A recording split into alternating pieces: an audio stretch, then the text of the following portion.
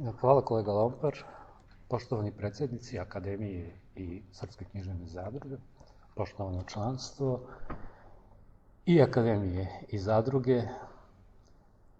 Kao što je red, moram da kažem, veliko mi je zadovoljstvo što imam priliku ovde da govorim o jednoj, reklo bi se, grani stvaralaštva koje po prirodi stvari nije u žiži javne pažnje.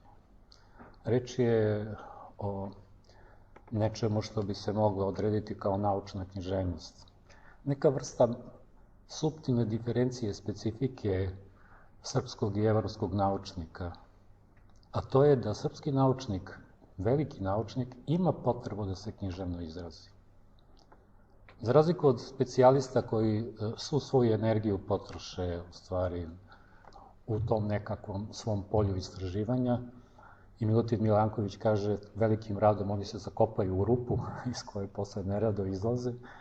Ovi naši veliki umovi koji su se bavili prirodnim naukama imali su u stvari jednu, reklo bi se, odsudnu potrebu da saopšte svoju poruku i jednim drugačijim jezikom.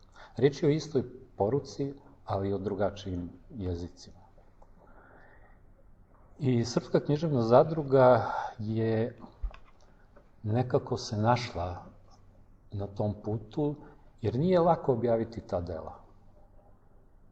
Ona, sad smo čuli reč u drugom kontekstu, ali prilike je to isto, izazivaju podozrenje. Zašto neko ko se bavi time i koji ulazi u ezoterični svet onoga što želi da istraži, odjedanput ima potrebu da se obrati nekome ko se nalazi izvan tog zatvorenog kruga. U tome i jeste tajna. I Srpska književna zadruga je prihvatila taj izazov i objavila, verovatno, najznačajniju knjigu, ne može se reći popularne nauke, jer ovo je nepopularna nauka, to što piše Mihajlo Petrović Alas. Ona je objavila knjigu Metafore i alegorije. To je knjiga koja je nastala kao neka vrsta rezimea onoga što je Mihajlo Petrović hteo da saopšti javnosti, onako izolovan u svojoj nauci koji je bio. On je imao 2 ili 3 čitaoca, Kostu Stojanovića, Milutina Milankovića i još ponekog. Hteo da se obrati i da sublimira u stvari tu svoju ideju do koje je on došao. Ta knjiga je u stvari ne samo značajna za popularizaciju, odnosno za depopularizaciju, nego ona predstavlja jedan od najviših uzleta duha uopšte. Zašto je to tako? Zato što je osobina tih hrabrih duhova, kakav je bio sigurno Mihajlo Petrović, koji je paralelno obrazovao budućeg nesuđenog prestolonaslednika i generalnog sekretara komunističke partije, znači čovjek koji je u sintezi nadišao te prividne opreke koje čini nekakvu dinamiku istorije. On je u toj knjizi zapravo napustio i stao naspram nekoliko vekova koji su prethodili prevlasti mehaničke paradigme, koja je vezana za tu nekakvu ideju razdvojenosti uzroka i posljedice, razdvojenosti pojava koje mi treba da proučavamo odvojeno. Znači, jedna kartezijanska mehanička ideja koja vlada već neko vreme i jedan hrabar duh kao što je Mihajlo Petrović je to napustio.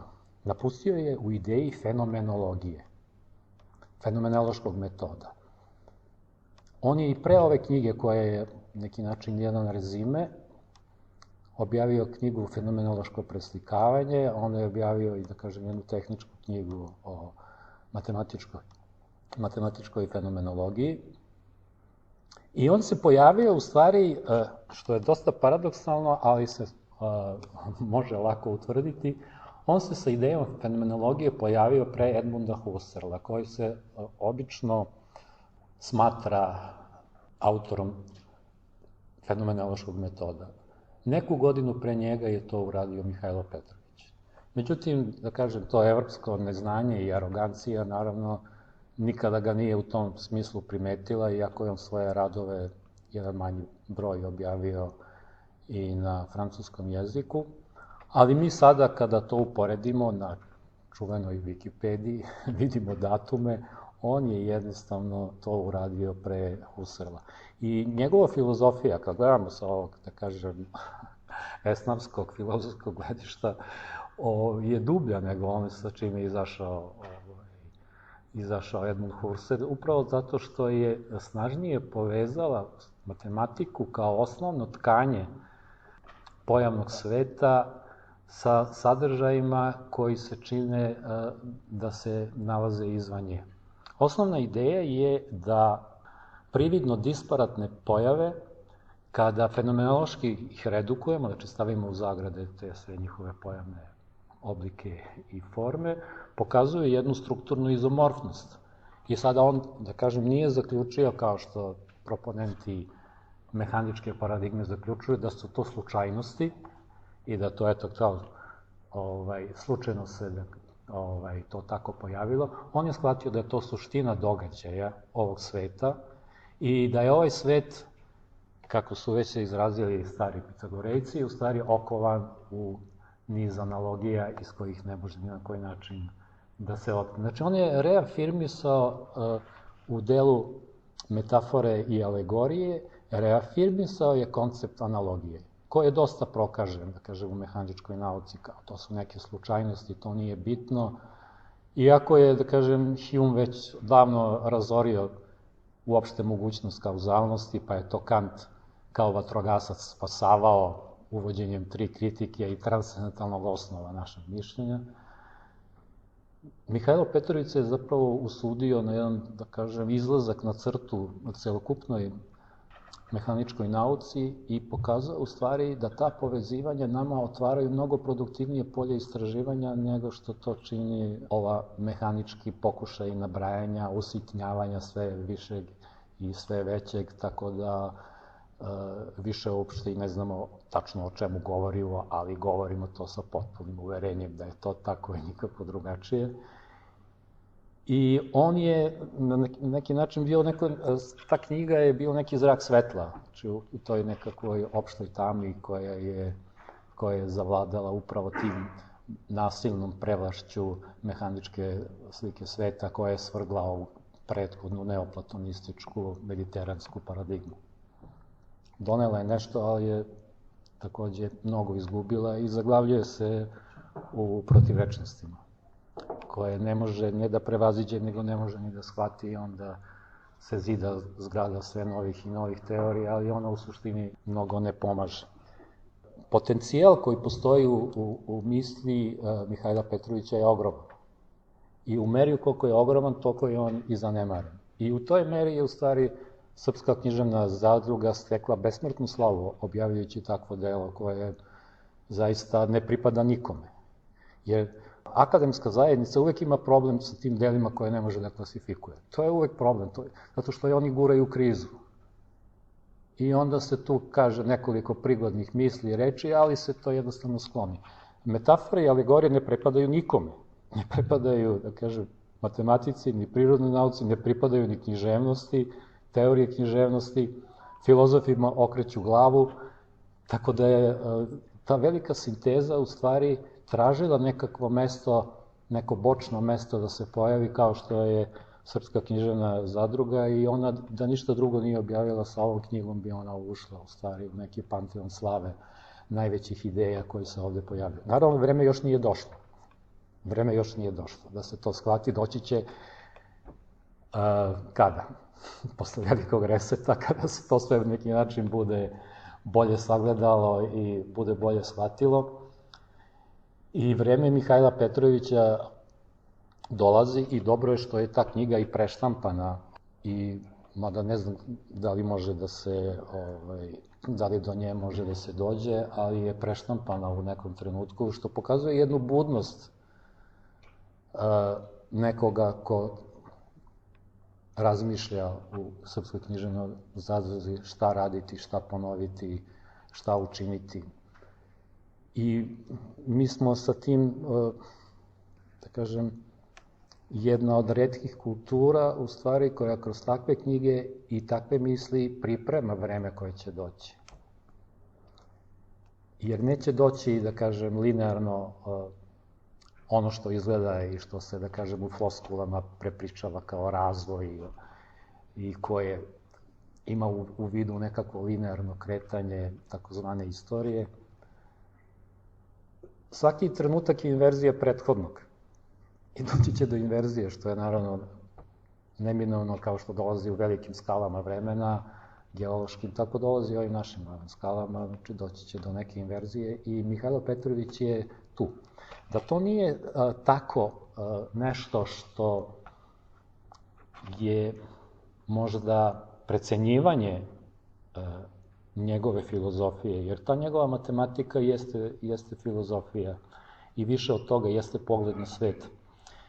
Vidi se po delu koji nastaje paralelno sa njegovim, nije objavljeno u Srpskoj književnoj zadruzi, ali produbio je u stvari to što je uradio Mihajlo Petrović, a to je delo Koste Stojanovića.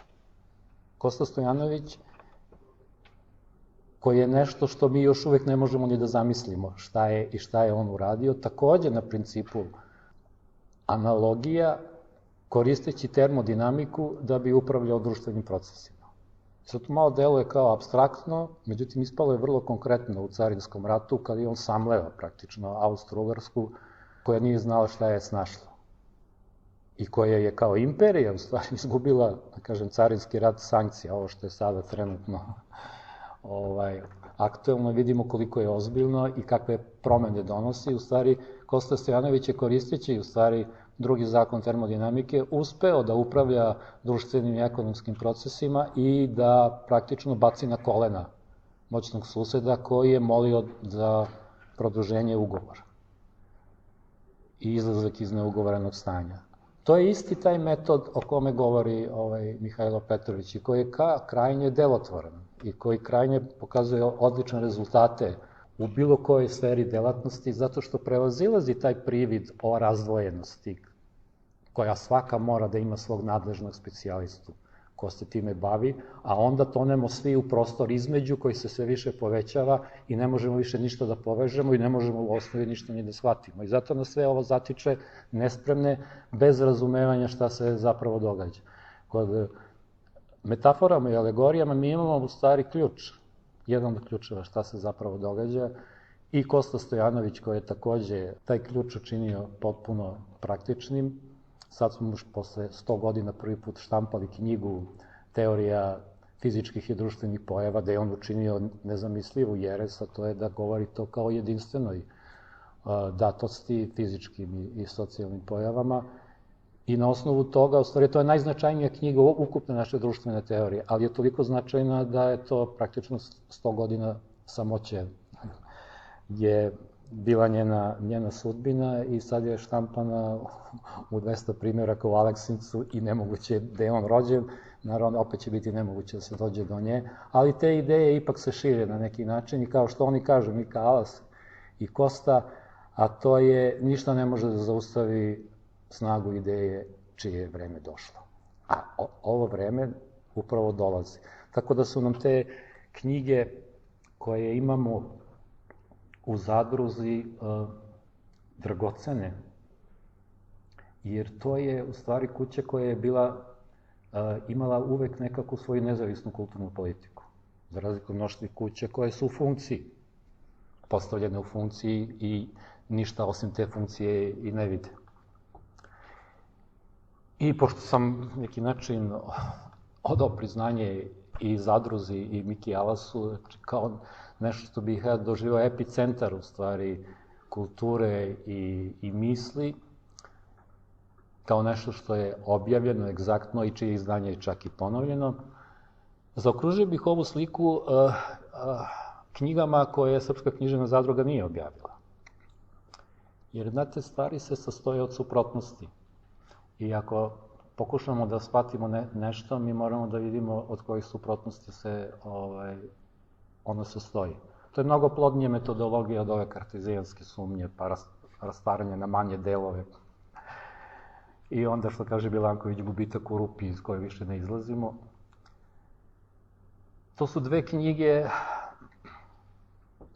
od kojih je jedna objavljena zapravo posle smrti autora, posthumno, 1989. knjiga, odnosno pripovetka Atanasija Nikolića Verni pobratim. Atanasije Nikolić je u temelju ove kuće.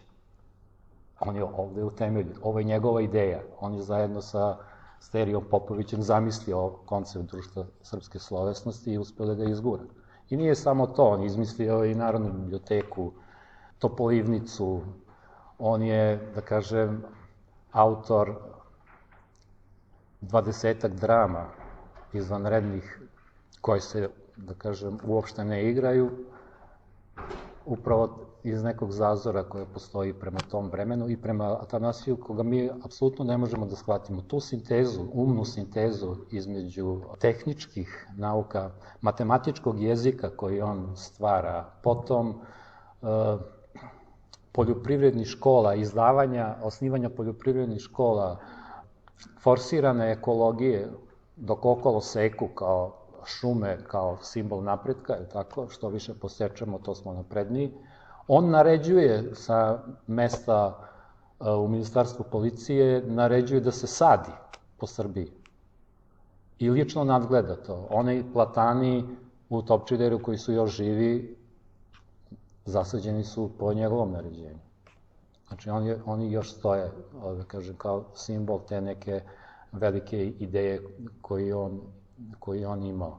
Taj Atanasije Nikolić u stvari je istovremeno i sakupljač narodnih pripovedaka, čovek koji ide okolo. On je autor prve srpske opere, mada mu muzikolozi to ne priznaju, imaju nekog svog favorita, koja je izvedena pred knezem Mihajlom na imendan, gde Branislav Nušić piše izvanrednu oduševljenu recenziju.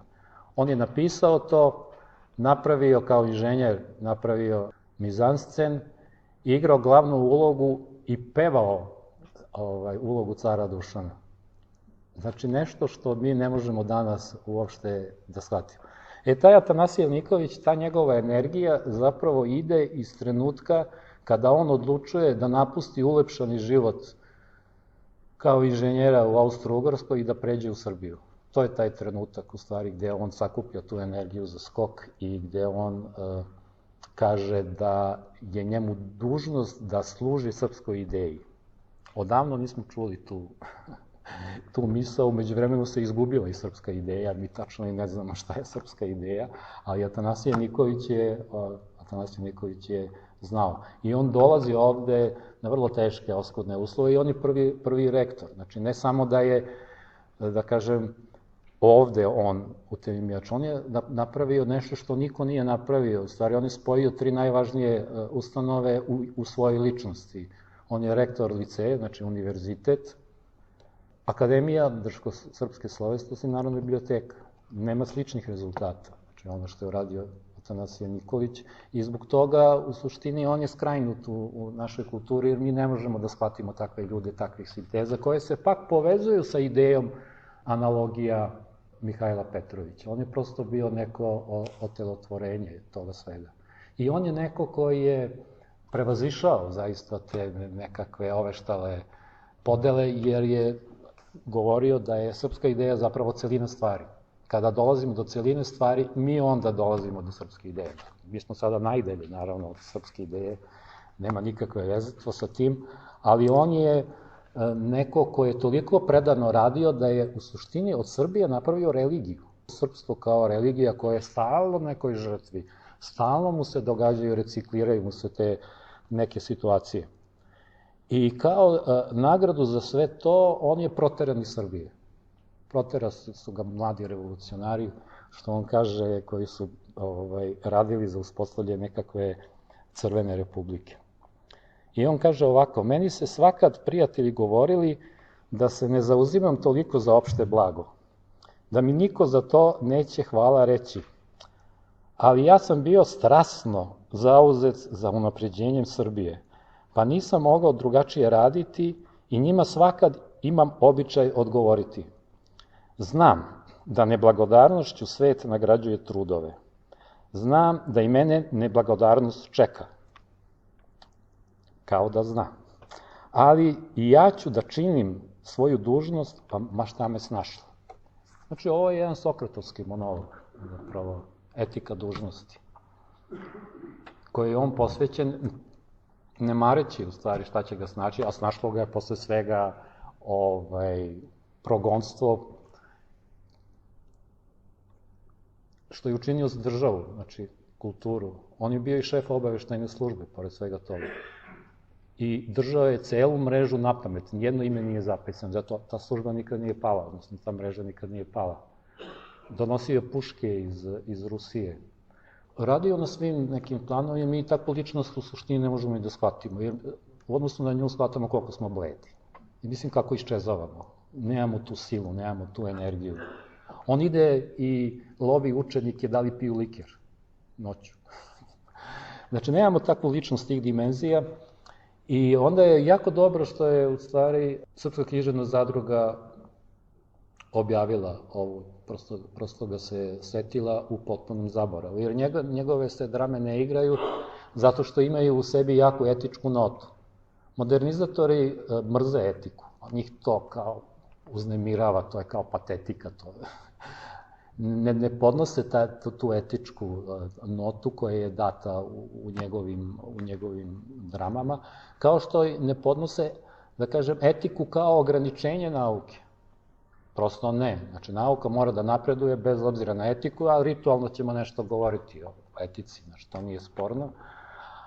Ali etika dužnosti o kojoj on govori prevazilazi sve. Znači, to je etika dužnosti koja drži zapravo čoveka, koji bez toga jednostavno tone bez tla pod nogama. Naše tlo je etika i dužnost. Od bitke na Kurukšetri, gde Kršna savjetuje Arjunu da se drži dužnosti, do boja na Kosovu, koja je etika dužnosti. Znači, mi ginemo, ali je to dužnost i da ne razmišljamo dalje.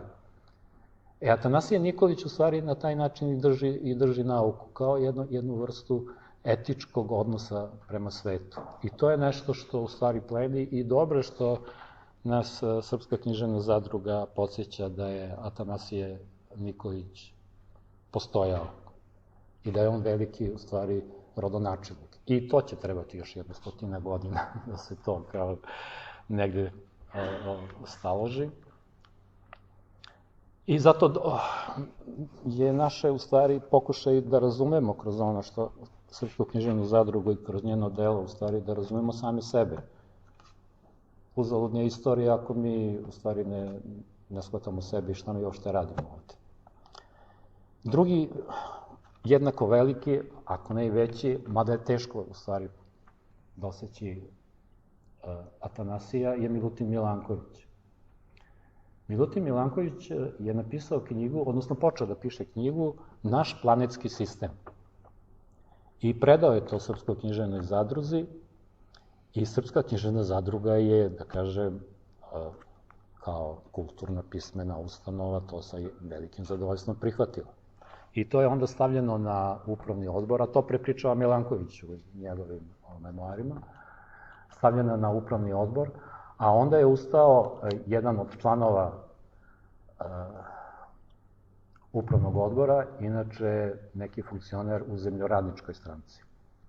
Da vas podsjetim, to je ona stranka koja je za račun Engleza organizovala 27. marta. On je ustao i rekao, šta je ovo? Ne možemo mi našem narodu koji je povezan sa poljoprivredom i živi od poljoprivrede da govorimo nešto o nebu. Te knjige jednostavno nije dozvoljeno i nije dobro objavljivati, one truju narod. Što bi rekao Lenin, one su opijum za narod. I slegli su u ramenima i prosto ta knjiga nije objavljena. Poslaniku, da kažem, Zemljoradničke stranke nisu bile dovoljne ni egipatske piramide, niti božanski hramovi, da bi on shvatio da vreme ima neku, odnosno da nebo ima neku ulogu na zemlji. On je kao neki Noj, koji jednostavno vidi samo zemlju i ruši najplemenitije stvari, jer kultura nastaje, kao što vidimo posle i kroz Milankovićeve cikluse, kroz saglasnost nebeske mehanike i zemaljske dinamike. Tu nastaje kultura, znači u tim festivalima obnove života, to je to. Međutim, ti ljudi iz stranaka uvek nekako upropašćavaju stvari, tim nekim svojim neznanjem, nerazumevanjem, čisto neznanjem. Reklo bi se nije ni loša namera, nego prosto neznanje, neka vrsta tuposti. I Milutin Milanković vrlo gnevno se osvrće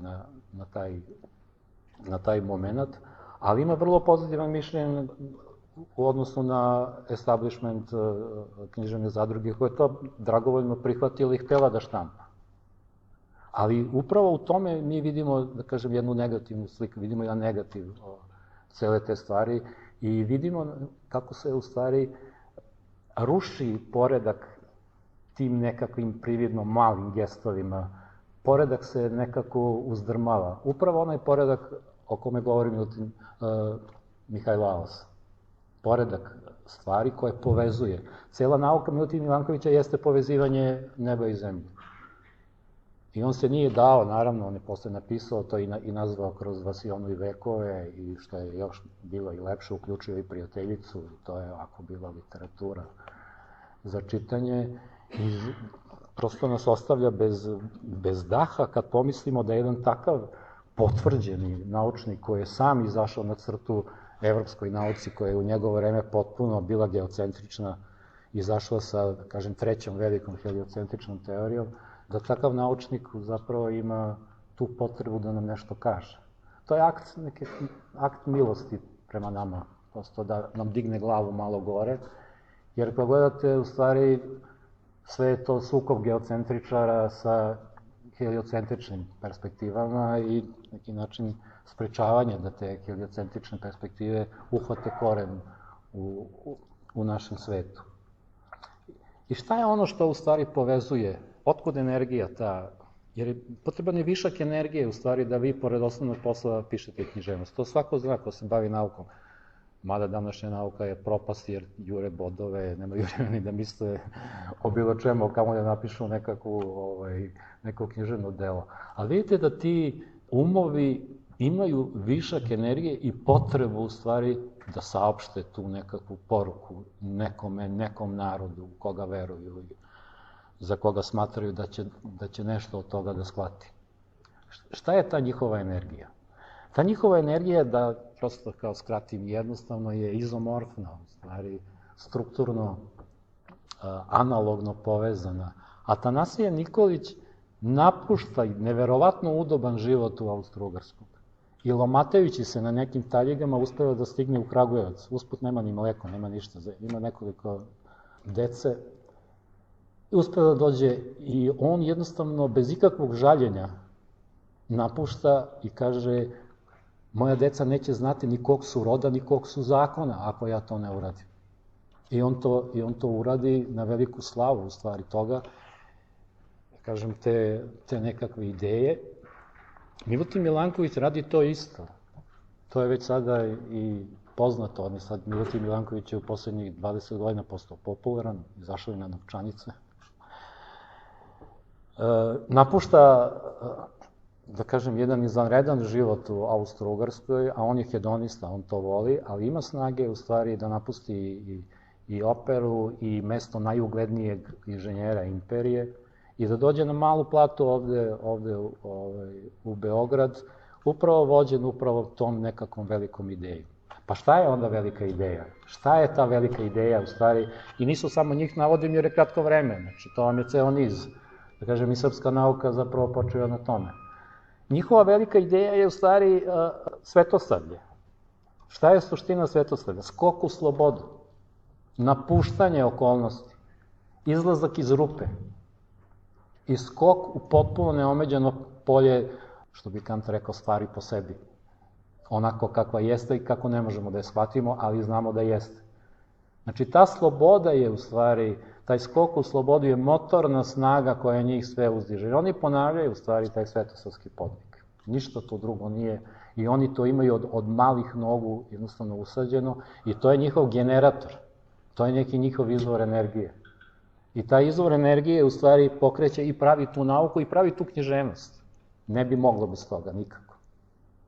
Znate, vi kao specijalista zatrpan ovim smešnim sistemom bodova kao hrpci koji moramo da vučemo u svoju rupu, vi nemate više, da kažem, snage da se obratite i da kažete evo i ja postojim, evo postoji ovo što ja pišem, a postojite i vi. Jer to je ta velika ideja. I to je ta velika ideja koju su nam oni doneli i koja je Srpska književna zadruga svojim delom i potvrdila. Hvala vam.